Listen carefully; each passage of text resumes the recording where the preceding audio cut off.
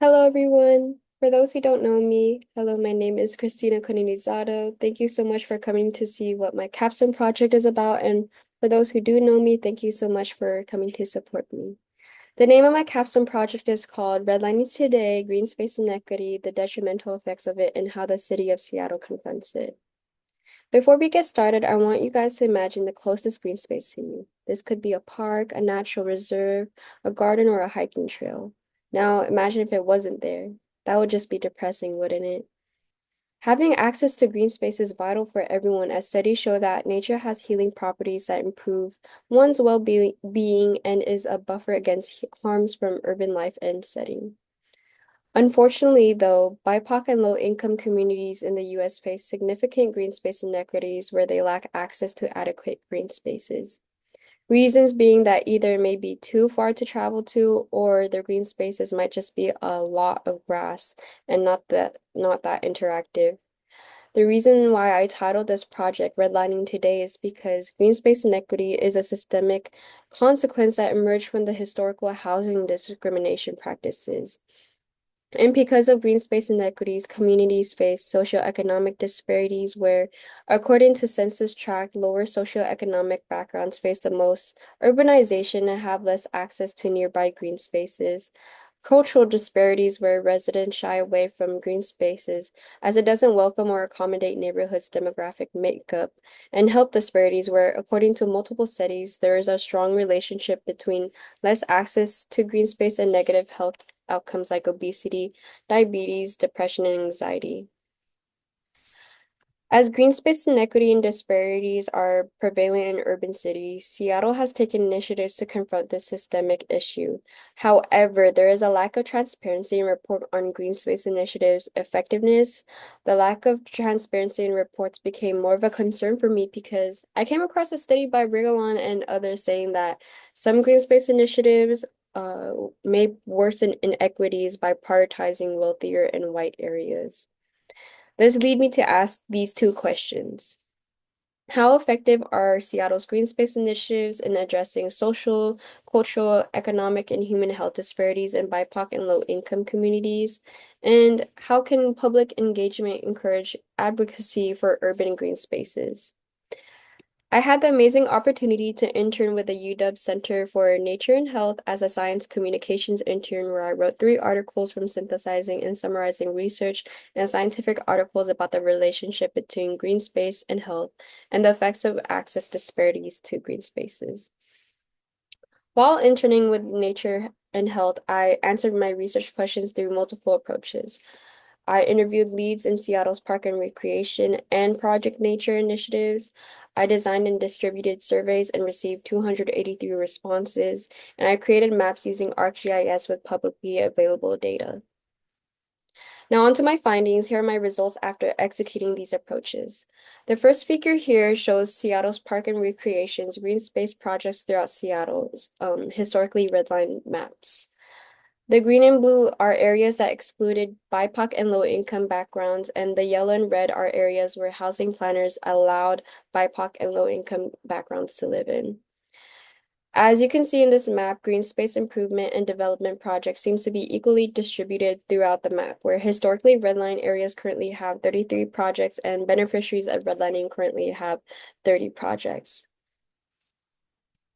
After interviewing leads in green space initiatives, I came across 3 themes, 2 being positive indicators and 1 being a detriment. The first theme being that green space initiatives actively engage and involve community members in these projects to get their input and encourage participation. The second theme being that initiatives budget and allocate projects using an equity-based approach to funding. Lastly, the third theme being that green gentrification can set back green space initiatives from holistically helping frontline communities. One of the most interesting findings from my surveys was that most surveyors said that they are either a bit or not at all familiar with green space initiatives. However, another survey result showed that most of these people would support green space initiatives. So to answer my first research question, it's safe to say that green space initiatives within the city of Seattle is actively working towards green space equity and actively addressing socioeconomic, cultural, and health equities within their green space projects. In addressing socioeconomic disparities, fundings prioritize green space improvement in underserved communities that lack adequate green spaces and live in highly urbanized areas. For example, the neighborhood of South Park was historically a red line neighborhood that lacked green space. And to improve access, a current project is being worked on to expand the Duwamish Waterway Park with goals for the park to foster community and provide leisure for nearby residents. In addressing cultural disparities, projects ensure cultural access and inclusion by honoring open spaces, land's history, the cultural tie to it, and the demographic makeup of the area. For example, the City of Seattle's Park and Recreations Community Fund is currently funding a master plan for Black Legacy Community Park in Central District, a neighborhood that was predominantly Black. However, I will get into more why there's a gap in this project later. In addressing health equities, projects have improved general green spaces access and improved engagement for exercise and leisure. For an example, Seattle Parks and Recreations Community Fund is funding for new exercise equipment for Chinatown's Hing Hay Park, and Asian people playing with, um, as you can see, there's Asian people playing with Hing Hay's ping pong tables, which was catered to the recreational preference of the Asian demographics of this neighborhood. This absolutely cannot be done without community involvement, engagement, and to answer my second research question, it's an essential for green space initiatives to continue to involve and engage community members, but also strengthen the inclusion of underrepresented groups to effectively and holistically address socioeconomic, cultural, and health disparities to ensure that these green spaces are accessible, interactive, and tailored to the needs and desires of surrounding community.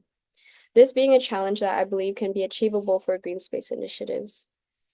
Now, the biggest gap for green space initiatives I want to address to you all is green gentrification.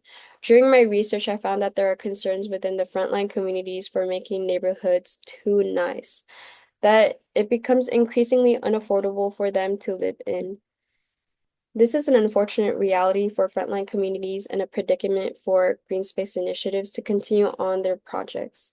To go back onto the Black Legacy Community Parks Master Plan in Central District, I question this project because although Central District was a predominantly Black neighborhood, the neighborhood was extremely gentrified starting from the 1980s, causing the displacement and loss of cultural identity for the Black community of Central District.